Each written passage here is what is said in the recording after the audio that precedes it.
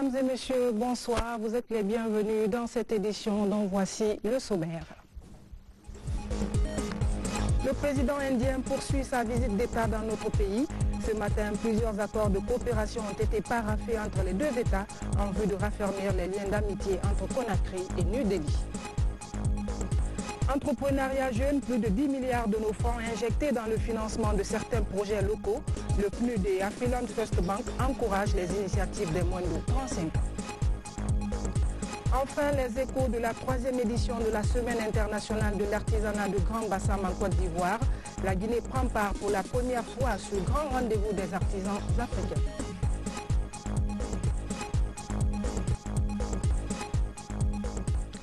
Bonsoir à tous. Deuxième jour de la visite d'État du président indien à Conakry. Ce vendredi, plusieurs accords ont été signés entre les deux pays. Des accords qui s'inscrivent dans le cadre du renforcement de coopération entre New Delhi et Conakry. La synthèse des travaux avec Ibrahim Aketa. Le deuxième jour du séjour du président de l'Inde à Conakry a commencé par un tête-à-tête à huis clos avec le président de la République, le professeur Alpha Condé. Juste après, c'est un autre tête-à-tête, mais cette fois élargi aux membres des deux délégations. Les discussions ont porté essentiellement sur le renforcement des liens d'amitié et de coopération entre l'Inde et la Guinée. Dans cette perspective, les deux délégations ont réaffirmé leur volonté de faire de cette coopération un exemple à travers un partenariat solide dans plusieurs domaines. Durant la rencontre, les deux parties ont insisté sur la diversification des liens tout en renforçant les échanges commerciaux entre Conakry et New Delhi. Dans la même trajectoire, les deux présidents ont suivi la signature de 3 mémorandums d'entente et un communiqué conjoint. Le premier est le mémorandum d'entente entre les deux pays dans le domaine des systèmes de la médecine traditionnelle et de l'homéopathie. Le deuxième porte sur la coopération dans le domaine des énergies renouvelables. Le troisième et le dernier mémorandum d'entente lui est signé entre le gouvernement guinéen et Télécommunications Consultant India Limited pour la participation au projet réseau WIBAB. Le ministre guinéen des Affaires étrangères et le secrétaire des relations économiques du ministère des Affaires étrangères de l'Inde ont signé le communiqué conjoint qui a sanctionné les travaux de ce matin. Améliorer l'accès à l'eau potable, le gouvernement en fait une priorité. Une rencontre d'échange sur le sujet a permis de proposer quelques solutions concrètes. Les participants ont d'abord fait le diagnostic du secteur. Reportage Maurice Sidibé. Durable et équitable à l'eau d'ici à l'horizon 2030 est une ambition du gouvernement guinéen et ses partenaires. Pour matérialiser cette politique dans le secteur de l'eau, ces acteurs venus des différents départements ministériels ont analysé durant 3 jours toutes les faiblesses qui entravent le bon fonctionnement du secteur. Parmi les actions prioritaires définies, la déconcentration des structures du service national d'aménagement des points d'eau SNAP dans 59 communes urbaines et rurales, la mobilisation des ressources pour faciliter l'accès à l'eau potable, surtout dans les zones rurales. On est en train de chercher les moyens, mais il faut s'organiser. Les moyens se trouvent dans tous les départements. Si les différents départements ne se retrouvent pas, que chacun comprenne ce que l'autre doit faire et quel est l'intérêt que nous sommes en train de faire, il va sans dire qu'il va toujours y avoir un blocus quelque part. Donc la mise en place d'une cellule de coordination fait appel à tous les départements qui permet à chacun de savoir qu'est-ce qu'il a à faire par rapport à l'affaissement en eau, par rapport à l'assainissement. À l'image du secteur de l'eau, les faiblesses liées à l'assainissement ont été aussi diagnostiquées. Les conclusions de ces travaux vont permettre au ministère de l'Hydraulique et de l'assainissement de respecter l'engagement pris au Costa Rica en avril 2019 relatif à la mise en place du cadre de coordination intersectorielle de l'eau et de l'assainissement. Je viens de prendre l'engagement au nom de mes pairs et au nom du gouvernement que l'engagement pris par le gouvernement sera tenu et à très court terme.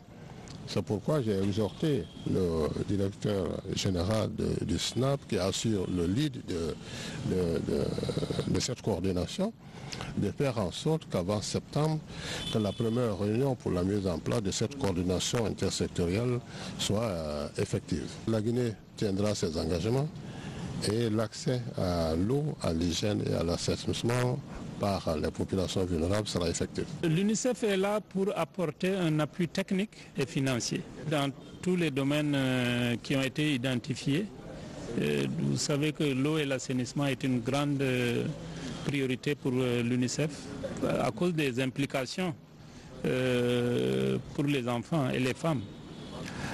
Mais aussi, nous pouvons aussi nous allier au ministère en ce qui concerne la mobilisation des ressources pour le secteur. À travers des propositions, ces différents acteurs apportent ainsi quelques solutions au conflit de compétences et d'attribution entre les différents services qui interviennent dans l'assainissement en vue d'offrir un meilleur cadre de vie aux populations. La Guinée vient de célébrer en différé la journée de la sécurité alimentaire, un moment de réflexion pour les décideurs de s'investir dans la lutte contre les produits impropres à la consommation. Selon l'OMS, au moins 600 millions de personnes sont touchées par l'intoxication alimentaire dans le monde. Les précisions avec Karim Kamara, Djené Sané. L'abus d'aliments impropres constitue aujourd'hui une épée de Damoclès pour la consommation. La sécurité sanitaire des aliments est plus que jamais une priorité de santé publique. Cette année, la première journée dédiée à ce combat est célébrée dans le monde. La Guinée s'est déjà approprié les normes qui garantissent les denrées alimentaires en termes de qualité. Le TADEM FAO OMS aide à la mise en place des mécanismes de renforcement assortis du codex ou code alimentaire. Les résolutions prises par les États membres du système des Nations Unies donnent des orientations politiques et stratégiques pour traiter cette question de la sécurité sanitaire des aliments. Tout ceci doit contribuer à la santé, au bien-être, à la santé aussi de l'économie et à la production économique et sociale pour un développement des pays et des communautés. Nous sommes en train de mettre en place des outils de plaidoyer auprès de ces différents acteurs, de toutes les parties prenantes. Pas plus tard qu'hier, nous étions au port de Boulbiné, en train de sensibiliser la population sur l'importance de la sécurité sanitaire des aliments. La sécurité sanitaire des aliments, c'est l'affaire de tous. C'est le thème choisi en 2019. Les consommateurs, il faut qu'ils comprennent. Il y a A, il y a B. Lorsque tu vas à A, on te dit ah, le prix c'est 150. Tu vas à C, on te dit que c'est 25 francs. Ah, tu dis c'est moins cher. Tu vas, tu achètes. Mais c'est périmé. Regardez la date de péremption. Souvent même actuellement aujourd'hui en Guinée, les gens sont spécialisés pour changer la date de péremption. Quand vous prenez nos aînés, ils étaient plus durs que nous. Nous, avec tout ce qu'on absorbe maintenant, les gens s'asseyent, chimie par-ci, par-là, ils mettent les choses ensemble, ils nous envoient, et bien ça diminue partout. Le Codex Alimentarius est contenu dans la réalisation des objectifs de développement durable des Nations Unies. C'est un agenda de développement à l'horizon 2030 auquel tous les gouvernements du monde sont mis à contribution. Le contexte actuel de l'économie mondiale est marqué par la prise en compte effective du concept qualité dans les échanges commerciaux de tous les biens et services et la loyauté dans les rapports entre les États. La salubrité des aliments est une responsabilité commune, où la partition de chaque intervenant contribue au renforcement de l'efficacité, de l'efficience et la contribution positive de nos mandataires aux activités du Codex. Je voudrais donc saisir cette heureuse occasion, au nom de son Excellence, professeur Alpha Condé, président de la République et chef de l'État, de son Premier ministre, chef du gouvernement, Dr Ibrahima Kassori Fofana, et de l'ensemble du gouvernement, exprimer nos sentiments de profonde reconnaissance à l'endroit de tous nos partenaires au développement, notamment la FAO et l'OMS. Chaque année, 420 000 décès sont dus aux maladies d'origine alimentaire dans le monde. Dans la région africaine de l'OMS, 91 millions de personnes tombent malades des mêmes causes pour 137 000 décès. À la baie, la CEDEAO apporte son soutien au gouvernement dans son projet d'autonomisation des femmes. Depuis quelque temps, l'institution offre des bourses de formation à plusieurs filles de la localité en vue de favoriser leur insertion professionnelle. Le point avec Sarafoudine Diallo, Mohamed Alpha Baldé. La promotion de la couche féminine, une priorité dans plusieurs institutions et organisations sous-régionales. Dans sa volonté de faire des filles et femmes de l'Afrique de l'Ouest de véritables actrices du développement, la CEDEAO offre chaque année des bourses d'études à de nombreuses jeunes filles pour des formations spécialisées, techniques et professionnelles plus qualifiées. L'objectif de ce prix, c'est tout juste soutenir et favoriser les filles qui sont issues des familles démunies. Par exemple, si nous prenons une fille qui a son papa cultivateur, il voit les autres filles avec un ordinateur. Mais les parents n'ont pas les moyens de lui payer un ordinateur, mais elle a toujours envie d'en avoir. Donc c'est cette catégorie qui reste les cibles. Je suis contente d'abord pour mes parents, mes professeurs et aux donateurs encore. Je lance un appel aussi à mes amis qui ne font rien, de se inscrire dans les différents CSP, de faire les différents corps de métier, de se battre. Et moi aussi, j'espère continuer mes études jusqu'au bout, de me battre encore, de redoubler plus de l'effort pour enfin obtenir mes besoins. D'ailleurs, j'avais commencé de faire l'informatique et cela va beaucoup m'encourager de continuer de faire l'informatique parce que j'ai l'appareil maintenant avec moi. En Guinée, ce processus est soutenu par les départements de la coopération et de l'action sociale. Il entend favoriser l'émergence d'une gente féminine compétitive aux revenus solides, capable de défendre les droits des femmes et filles. C'est au niveau des CFP, de l'AB, de Mamou, au niveau de l'école de la secondaire de la santé de l'AB, qu'il y a eu beaucoup de jeunes qui ont réussi, beaucoup de jeunes filles qui ont réussi. C'est assez compliqué. Et les sciences, vous avez des filles qui font mécanique générale, des filles qui font électricité bâtiment, qui réussissent la chose. C'est vraiment intéressant, c'est à saluer, c'est à encourager. Exclusivement réservé à la couche féminine, cette année, 20% des bourses octroyées reviendront à des jeunes. Une ouverture qui donne plus de chances aux jeunes désireux de faire une belle carrière en milieu professionnel. Protection de l'environnement et on parle ce soir de la restauration des berges du fleuve Konkoury. Le gouvernement et ses partenaires planchent sur la problématique à Mamou. Plusieurs dispositions sont annoncées pour sauver ce patrimoine. L'ampleur des dégâts humains est considérable et requiert des mesures urgentes. Les explications détaillées avec Momodou Patebaldi. La promotion de la couche féminine, une priorité dans le fleuve Konkoury, qui a pris sa source dans le quartier Madina Seri, dans la commune urbaine de Mamou, est confronté ces derniers temps à la destruction de sa tête de source. Face à l'ampleur du phénomène, l'ENATEP de Mamou a élaboré un plan d'aménagement du paysage de la tête de source du fleuve Konkoury pour sauver ce cours d'eau qui abrite les plus grands barrages hydroélectriques de Garafiri, Kaleta, Souapeti et bientôt à Maria. Nous avons donc prévu des actions comme le reboisement. Nous allons faire des ouvrages anti-érosifs. Il faut aussi faire des activités qui peuvent rapporter un peu à la communauté comme l'apiculture. Nous avons donc initié ça et nous avons aussi proposé, si vous voulez, les activités de maraîchage et l'aménagement de bas-fonds. La mauvaise pratique agro-pastorale dans la zone, la coupe abusive de bois, les feux de brousse, l'urbanisation anarchique, la démographie galopante et la carbonisation seraient entre autres causes profondes de la destruction de la tête de source du fleuve Konkoury. Konkoury commence après sa source de 5 km de la commune urbaine de Mamou. Il accompagne Konkoury. Nous voulons nous-mêmes avoir un changement pour qu'il y ait l'eau qui coule chaque mois et tout le temps.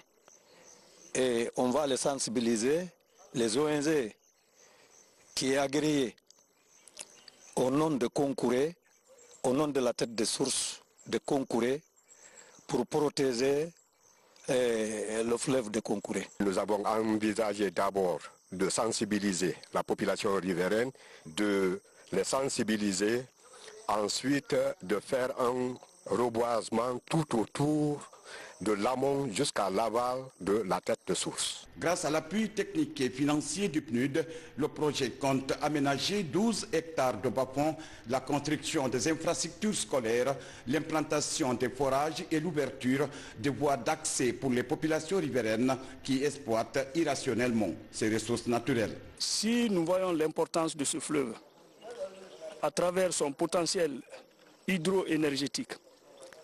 Nous avons trouvé que nous avons une certaine responsabilité, les autorités locales que nous sommes, qui est celle de faire en sorte que cette tête de source ou ces différentes têtes de source de ce grand fleuve soient protégées.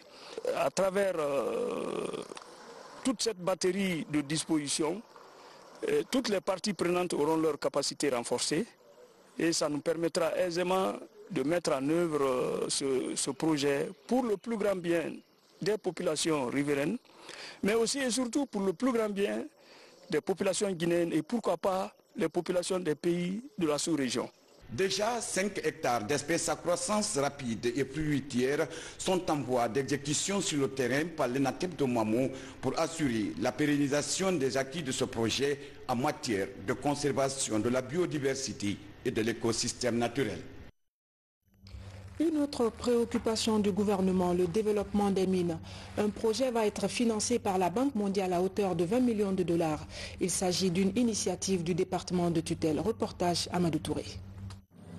Pour permettre à chaque Guinéen de bénéficier des revenus générés de l'exploitation minière, le gouvernement, à travers le ministère des Mines et de la Géologie, s'engage dans la promotion de la bonne gouvernance dans le secteur des mines. C'est dans ce cadre que le PAGEM, entendé projet d'appui à la gouvernance du secteur minier, a été créé. Ses membres se retrouvent au compte de la 13e session du comité de pilotage. Quand on regarde les engagements et toutes les activités donc en cours, je pense qu'on est sur la bonne voie pour avoir une bonne réalisation, un bon taux d'exécution, n'est-ce pas, du programme de travail annuel. Aujourd'hui, je pense qu'on a tous les éléments nous permettant d'aller à la finalisation de l'essentiel de ces activités dans les plus brefs délais. L'objectif du projet est de contribuer au renforcement des capacités et à l'amélioration des systèmes de gouvernance des institutions impliquées dans la gestion du secteur minier. On a constaté avec satisfaction que le projet avance très bien. Ça fera école, certainement nous avons 98% d'exécution du projet globalement. En ce qui concerne l'année 2019, nous sommes à 74% déjà d'exécution. Le niveau des engagements est à 74% aujourd'hui. Donc nous sommes dans une dynamique qui permettra certainement d'encourager les partenaires pour que le nouveau projet, c'est-à-dire le dernier point de la réunion, puisse avoir lieu dans les bonnes conditions. Le projet d'appui à la gouvernance du secteur minier est financé par la Banque mondiale à hauteur de 20 millions de dollars américains pour une durée de 6 mois. Entrepreneuriat jeune, plus de 10 milliards de nos francs injectés dans le financement de certains projets locaux. Le PNUD et Afriland First Bank encouragent les initiatives des moins de 35 ans. La plupart de ces projets portent sur l'agriculture, les mines ou encore l'énergie solaire. Reportage Kianos Mandialo. C'est un système de financement assez innovant pour booster le monde de l'entrepreneuriat en Guinée. Une synergie d'action, gouvernement à travers la Banque centrale, le système des Nations Unies à travers le PNUD et Afriland First Bank Guinée, un partenaire financier pour favoriser l'émergence d'entreprises à fort impact socio-économique. Plus de 10 milliards de francs guinéens sont octroyés sous forme de crédit à 5 groupements d'intérêt économique.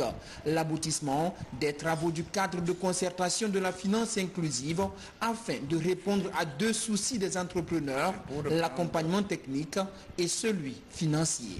À travers le cadre de concertation de la finance inclusive, nous avons essayé de penser à des mécanismes qui pourraient permettre aux jeunes et aux femmes et aux personnes vivant avec handicap exclus du monde financier à pouvoir bénéficier non seulement de l'accompagnement financier, mais également du suivi et de la mise en œuvre de leurs différents projets afin que l'on puisse porter à l'échelle et créer de la richesse à travers le pays tout entier. On a une cohorte de 5 cette fois-ci, mais dans la planification prospective, nous devions arriver à une douzaine d'ici la fin de l'année. Donc ce n'est que le premier jet de ce groupe que nous soutenons, à qui nous venons de remettre les chèques aujourd'hui.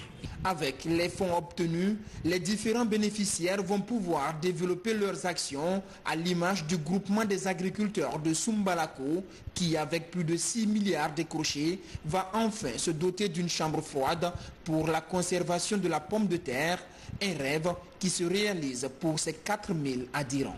On est content. Le financement lequel qu'on a eu à travers la PNID et Banque Afriland First Bank, à travers l'initiative présidentielle, le fait que vraiment le président de la République, il est toujours appuyé l'agriculture, on est content aujourd'hui. Parce qu'on a eu l'argent pour construire une chambre froide, et pour acheter des camions frigorifiques et pour acheter des semences, une partie des semences de pommes de terre. Même enthousiasme du côté de Global Transport Logistique, une entreprise de transport de la bauxite à Boké dirigée par des porteurs de handicap. 2,5 milliards sont à leur disposition. Ces fonds constitués à l'achat de 3 camions pour le transport de la bauxite, ensuite à l'achat d'un terrain qui va servir de base vie. Les 3 autres entreprises évoluent dans l'énergie solaire, la riziculture à Kissidougou et la vente d'intrants agricoles à Koya. Tous bénéficient d'un encadrement pour créer de la richesse et de l'emploi. Développement local avec le don d'équipements informatiques à certaines localités de la région de Boké. L'idée, c'est de numériser des documents comme les actes de naissance ou de mariage, une démarche qui s'inscrit dans le cadre des réformes de l'état civil. Alpha Isiagaba. Pour promouvoir l'accès à l'information sur le budget local, vecteur de transparence et de bonne gouvernance, le Centre de commerce pour le développement met à la disposition de 3 collectivités du matériel informatique. Les communes rurales de Kintigna, Sangari et Tanene dans la région de Boké sont les principales bénéficiaires. Pour nous, ce développement ne peut partir que du renforcement des capacités de ces élus locaux qui sont des maires. C'est la raison pour laquelle nous avons pensé au renforcement des capacités de ces élus locaux-là pour mieux produire, pour mieux gérer le bien qui est issu de la même communauté, qui est issu de la même population et aussi, surtout, compléter, n'est-ce pas, les efforts du gouvernement allant dans le sens du développement général et surtout propulser ce développement à la base. Ce matériel devrait aussi faciliter l'accès des populations aux documents administratifs tels que les actes de naissance et de mariage. Nous, on était en difficulté parce qu'il faut gérer ces pièces. Il faut aller à Bokéville, faire la saisie, faire tout. Maintenant, là qu'on a tous ces outils, c'est un grand atout pour nous. Je pense que cela va leur permettre d'accélérer la mise en œuvre des missions qui leur sont dévolues. Et ces missions ont pour finalité l'amélioration du cadre de vie, mais surtout des conditions de vie des populations à travers la fourniture de services sociaux de base de qualité. Ce don du CECID, avec l'appui de la Fondation nationale du processus de renforcement des capacités des acteurs de la décentralisation, cadre parfaitement avec les priorités du gouvernement. Une conférence sur la paix, la jeunesse de Guékédou se lance un gros défi, unir les fils du terroir pour envisager ensemble le développement de leur localité. C'est une ONG locale qui porte ce projet de réconciliation. Compte rendu sans Maratono. Pour défendre la paix dans leur préfecture, ces jeunes ont bravé la pluie. Sur initiative de l'association Guékédou Makouz, ils sillonnent les rues de toute la commune urbaine pour appeler les populations à la préservation de la paix. Nous avons organisé ce carnaval juste pour montrer à la population de la Guinée vraiment Guédou hier et Guédou aujourd'hui. Il y a une grande différence. On a montré vraiment au public de Guédou et la Guinée que vraiment les jeunes de Guédou, au moment où je vous parle, sont unis et conjuguent le même verbe. Après le tour de la ville, les membres de l'association Guékédou Makouz se sont donné rendez-vous avec les autres acteurs sociaux à la maison des jeunes. Les échanges sont axés autour du thème réconciliation, paix, gage de tout développement. C'est aussi pour réunir les gens pour le développement. Ensuite, d'inciter les jeunes à créer des associations, des mouvements qui peuvent aller dans le but de promouvoir la paix et le développement. Pour permettre aux jeunes de Guékédou de devenir des véritables acteurs de la paix et du développement, une séance de formation sur les moyens de lutte contre l'ethnocentrisme et l'exclusion sociale est initiée. À partir d'aujourd'hui, je vais essayer de sensibiliser mes amis, de bannir l'idée de l'ethnocentriste dans notre vie. Si nous prenons l'exemple, quelqu'un qui a quitté sa vie, sa préfecture, qui est venu ici, né ici, grandir ici, est-ce qu'on peut le chercher en un jour de quitter la vie? Ce n'est pas possible. Franchement, vous vous rendrez compte que ce thème, rien qu'à voir, vient de remuer toute la ville. C'est pourquoi aucun de nous n'est assis. Il faudrait qu'on réussisse. C'est un thème pour nous qui est très vaste, qui est très riche, surtout de contenu. Au terme de cette formation, ces jeunes sont dotés d'attestations. Ils s'engagent désormais à être des messagers de la paix dans cette ville qui enregistre souvent des mouvements sociaux. Même projet fédérateur du côté de Fria et il se concrétise par la mise en place d'une maison commune. L'idée est de développer des filières professionnelles afin d'accroître l'employabilité des jeunes. C'est une volonté des fils ressortissants et résidents. Alia Kamara. L'arrêt de l'usine de Fria en 2012 avait plongé toute la préfecture dans un immense désarroi. La ville était fortement dépendante des activités minières. Difficile de trouver d'autres secteurs d'activité qui marchaient correctement. Aujourd'hui, grâce à l'implication personnelle du chef de l'État, le cauchemar est loin derrière. Et pour rompre cette dépendance de l'usine, les jeunes décident de s'organiser en corps de métier avec des spécialisations.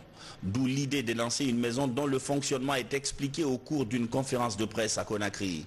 Une maison commune pour faire face aux nombreux défis de développement. Tout est défini, tout est bien fait, de manière que quand un maçon, tu te retrouves uniquement avec les maçons, les menuisiers, les forgerons, les soudeurs et autres, j'en passe, tout est là. Le projet résulte des réflexions et consultations des jeunes de la localité. Il a ensuite été présenté aux autorités locales et ressortissants du terroir. La maison commune sera compartimentée pour offrir des espaces de travail aux différents corps de métier. L'idée est de former des cadres moyens capables d'être les piliers de la ville. Aujourd'hui, nous avons des compétents, des jeunes qui ont vraiment des diplômes. Ils sont assis à la maison. Pourquoi? Parce qu'après la crise de la ville de Fria, en 2012, tous les jeunes qui ont eu des diplômes à cette époque, ils se sont dit, mais attention, mais où aller maintenant là? Dans les prochains jours, le projet va prendre corps à Fria. Il pourra représenter pour les entreprises locales un véritable vivier de compétences, un espace pour le recrutement des jeunes travailleurs. Et on termine par les échos de la Semaine internationale de l'artisanat de Grand Bassam en Côte d'Ivoire.